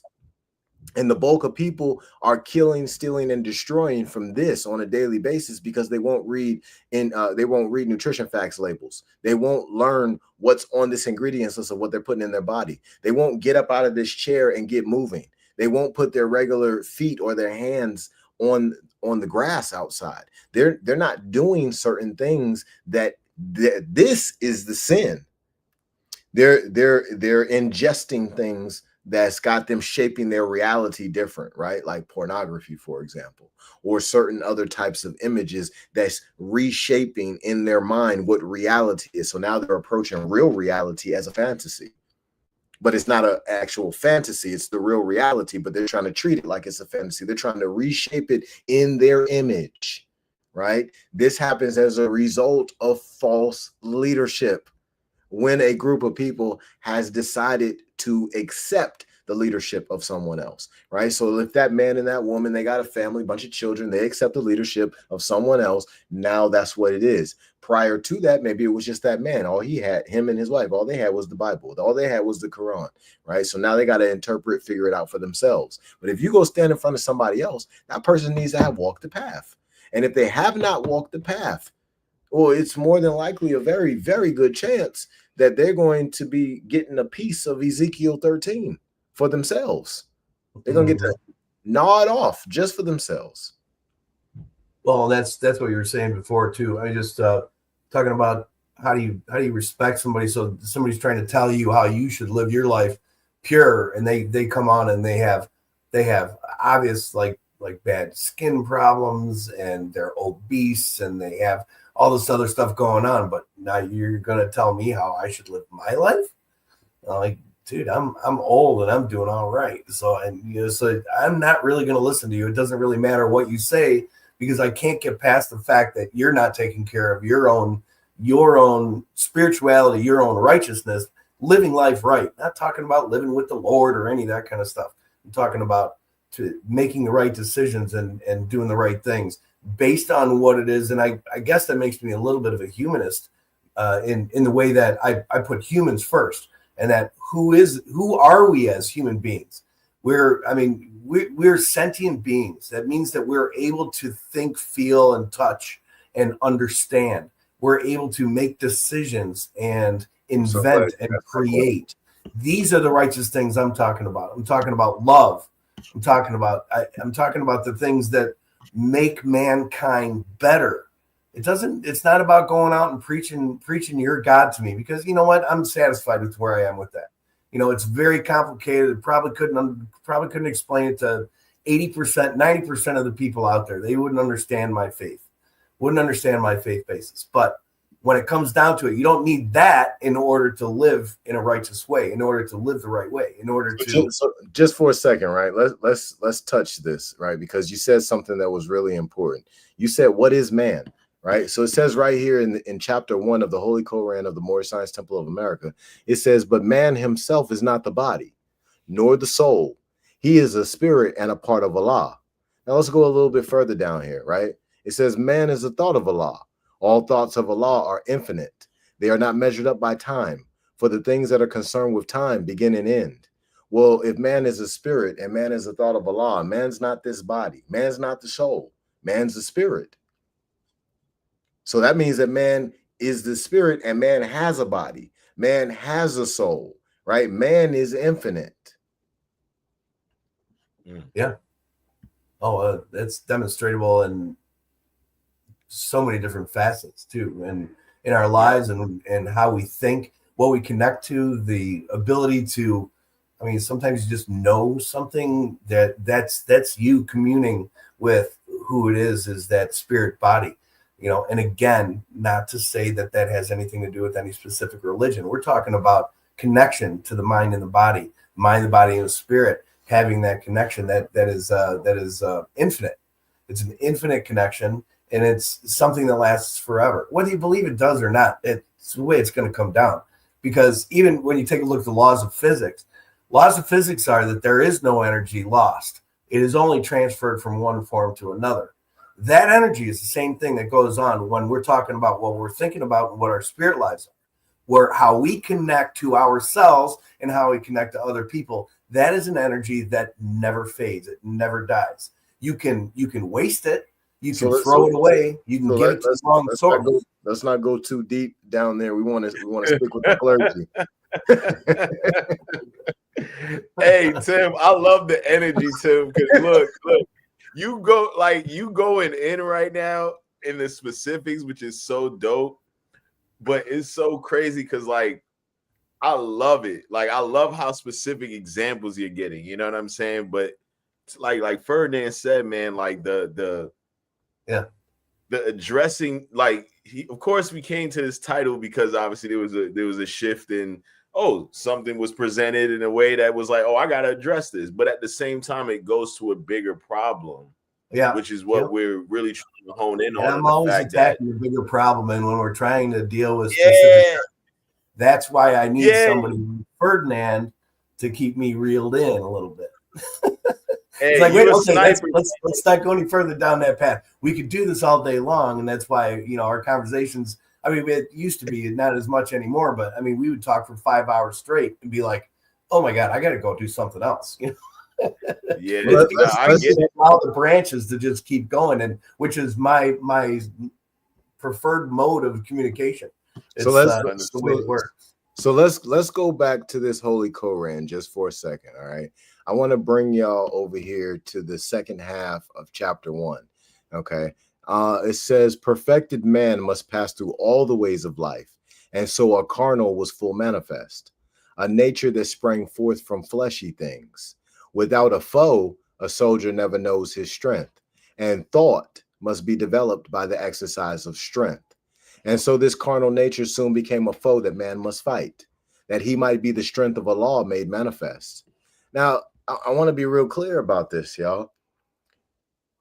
The thought and developing strength, that sounds like self-discipline to me, right? So when we hear that, when we look at that reading, that helps us to understand exactly what's going on with these clergy, with many of them, not all of them, but a large percentage of them.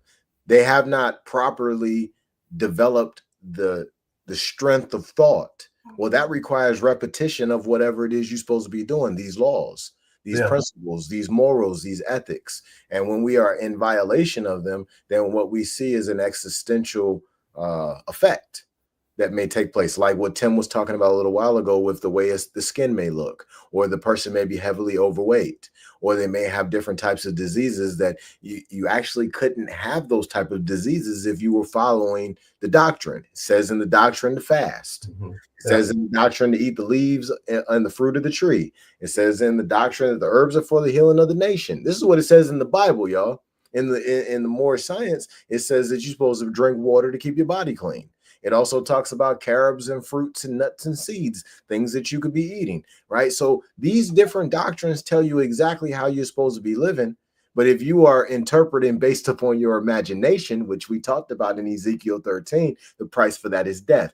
You're supposed to be having a connection between all things. This puts you in a position of correspondence. Now you know what you're supposed to eat. Now you know what you're supposed to study. Now you know how you're supposed to live on a daily basis.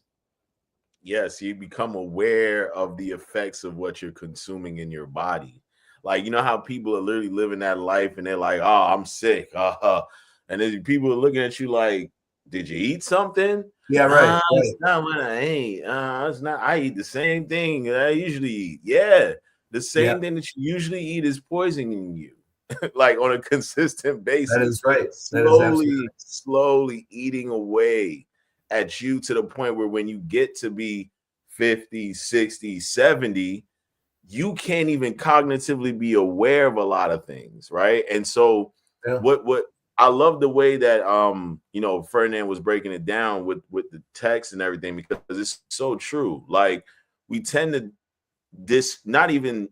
we disassociate with eating, we disassociate with consumption, because that's like, if you really think about it, like the first thing when you look at someone, obesity, way they carry themselves, you're like, yo, something's off. Yeah. Like you said, the skin. Well, sometimes even just like balance, and maybe they're not overweight, but they can't navigate stairs well. They're huffing and puffing by the time they get to the top of the set of stairs. They're not able to complete basic tasks.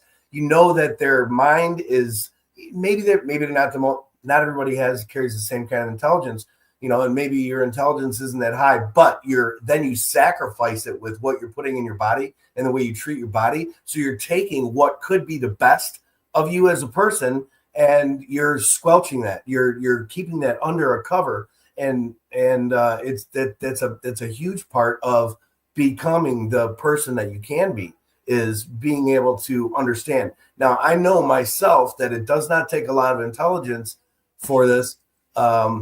Sometimes I'm talking about myself here, but it doesn't take intelligence to listen to your body. It does. If you listen to your body, you can tell as you're taking that Big Mac and you're taking a big old, and I used to love Big Macs. Oh man, they had us. We were kids. I was a kid when they had that thing, and it was, to me, it was just a way to get lots of calories because I was a monster, But but to take that Big Mac and a bite into it, and it's got that deliciousness, and then at least by the time you're done eating it, you feel sick. Now, why is that? Your body is telling you, don't put this in me. Don't do this to me anymore. And everybody knows, and if they may deny it, they may say, oh, no, I always feel great. Even after I eat a Big Mac, it doesn't make a difference. My favorite thing, or, the McRib or whatever is their favorite thing. It's the crappiest junk food that they could ever eat. everybody's telling them out there, and in the scientific world and nutrition world, they're going, you shouldn't eat that stuff. But your own body is rejecting it.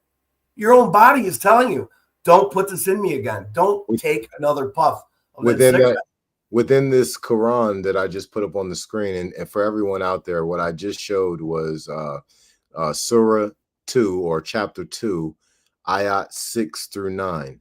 Okay, and the reason why I put it up there is so that everyone can see that when a person is starting to pay the spiritual price comes as a result of eating the things that Tim is talking about.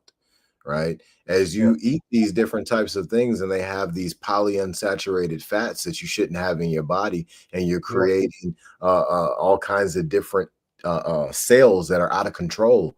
Now what happens is you're not able to relay messages properly. So your body is supposed to be creating electrical impulses which help us to properly shape neurons and neural pathways. And then that information is supposed to travel through the nervous system throughout the body, and it's supposed to do it pretty fast without obstruction. And when we have that happening the way that it's supposed to happen, now we can feel effectively. We can see, we can hear, but that requires us to live pure, right? So when we look at purity, well, purity as far as what we're eating would be things that grow from the earth. There would be things like vegetables, nuts, seeds, and legumes. There would be herbs. We would be drinking water. And this puts us in a position to be purified, to be able to hear the messages that come from the Most High.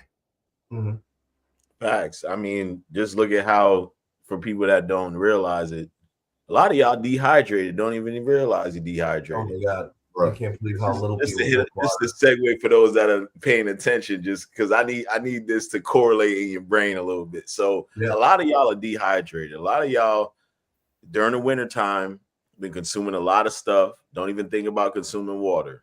Then as soon as that weather breaks and it gets hot, you want to go outside, you want to do stuff, and you're losing energy. Guess what? You're dehydrated. You have not been consuming enough water, and dehydration doesn't just happen in a one. No, it's a long-term loop, right? Man. So it has a long-term effect, right? And to get there, people, you can't just you gotta keep drinking water and incorporate it into that your diet, your consistent thing. So think about how your brain, if you're not able to, have that proper electrolyte flow, that proper water flow of all the stuff you're consuming. Guess what? When you go out to take that test, or you go into your job, your function is not high. You're barely surviving. So you're getting those little dopamine hits of sugar, your coffee, the donuts at your cubicle. You know how y'all go to work, and even let's go back on topic. When we're going to a lot of these settings, you don't hear about people consuming a lot of healthy foods when they're having settings of coming together. I know for me, I hear a lot of people when they get into these settings of church, unless not all, but in certain groups, they're eating, but it's like pizza party, the fish fry. And I'm not saying we can't have food and come together, but we should be consuming the good things from the earth that's going to make us prosper, right? Yep. Not just the things that are just the comfort food of it, right? So yeah, it's real. I appreciate everybody tuning in to Two Brothaz An Idea. It's episode 33. We're talking about Fughazi Clergy, pastors, sheiks, etc. I'm the guy with the books. We got Mr. Smart on the line. Tim Pop is over here too. Listen, we're about to go ahead and close it down. We want to thank Tim for showing up today and giving us the amazing measures that he gives every time he shows up. Thank you so much, Tim, for showing up. My pleasure. All right, brother. Take care. Appreciate you, bro. Hey, so we're getting a little close to wrapping up. So, I want to go ahead and give my brother Nalan a chance to give his final remarks.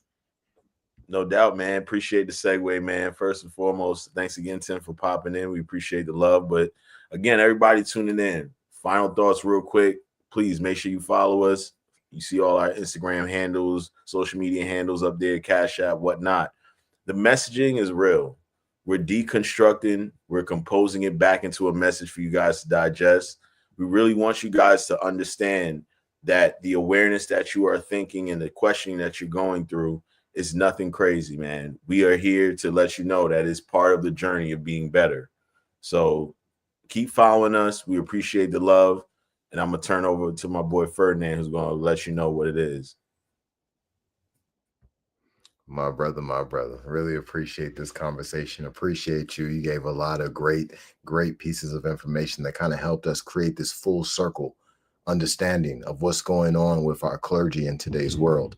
And I think we need to dive deeper on this, right? I think we really hit the surface. I think we hit the bare bones. I mean, I think we hit the bones. I think we kind of went fully in there, right? But we really need to keep revisiting this because the people, they need leadership, right? And before I leave everyone, I want to give y'all this, right? I want to give y'all something. Okay. So since we touched the Bible and we touched on religious doctrine today, let's go ahead and let's go back to the Bible again. Let's go to Revelation, the book of Revelations, chapter 2, verses 24 through 29.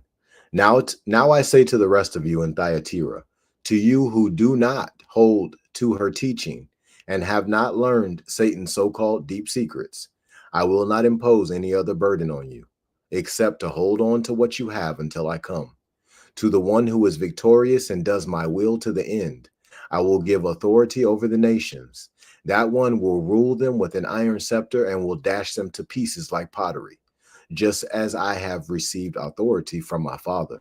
I will also give that one the morning star. Whoever has ears, let them hear what the Spirit says to the churches. Listen, there is a lot of information that we need to lock in on. We need to get an understanding on, and we need to get that understanding within first. This is a JUCO, to draw out from within. You need that information within. You need to study these doctrines yourself. You need to walk the path of purity yourself. Now, do you have to? Absolutely not. You ain't got to do nothing. You can do whatever you want to do, right? But if you go into church and you listening to somebody preach, you might want to have a deep understanding of whatever it is they're teaching you. Because if you are being taught false lessons and you walk those paths, you get to pay a decent price too. That price is paid with the sword. It's paid in blood. This is not a game. I'm not telling you what I personally believe. What I know for a fact is when you lead God's people down a path of disaster, you got to pay heavily for that. And the people, because they're being led down a path of disaster, they don't even see when the disaster comes. That's the reason why they're on the sick and shut-in list. Every single generation, same exact families up there. Well, why? Because they're being led down a path of destruction. See, everybody's vibration is a little different. So you might have like hundreds of people in a church where the vibration is coming from one pastor, one vibration that's coming from him. However, the people are on totally different degrees of the same vibrational. Well, they're in different degrees of polarity along that same vibration. So some of them will manifest, if they're on a path of disaster, some of them will manifest diabetes. Others of them will manifest a financial death.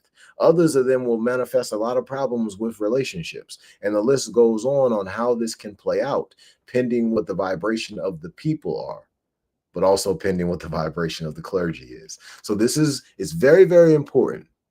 I'm gonna leave y'all with this. Super important that every person out there who is teaching ideological principles, they need to walk the path of purity first, and they need to have a deep understanding of the origin of whatever it is that they're teaching. If they don't have those two in their daily walk, that's probably not a person that you should be listening to, because they're supposed to be a walking embodiment of the truth. And the way to become a walking embodiment of the truth is to purify the vessel.